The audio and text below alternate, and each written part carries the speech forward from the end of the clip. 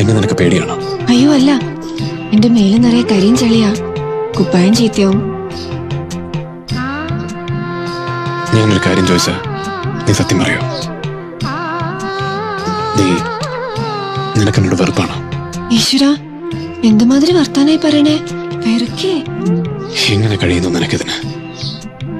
വേലി കഴിച്ചു കൊണ്ടുവന്നല്ലാതെ സ്നേഹത്തോടെ ഞാനൊന്ന് സംസാരിച്ചിട്ട് കൂടിയില്ലല്ലോ. ഇതിനൊന്നും നിനക്ക് പരാതിയില്ലേ? പരിഭവല്ലേ? എനിക്കറിയാം, ഒരുപാട് ജോലി തിരക്കുള്ള ആളല്ലേ, പിന്നെന്തിനാ പിണങ്ങുന്നത്?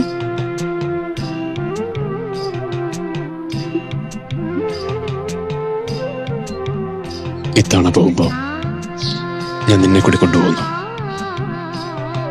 ഇതുവരെ നിനക്ക് തരാതിരുന്ന സ്നേഹവും അധികാരവും എല്ലാം പലിശയും ചേർത്ത് തന്നു തീർക്കാൻ. അങ്ങനെയൊന്നും പറയരുത്, എനിക്ക് ഇവിടെ തന്നെയാ ഇഷ്ടം.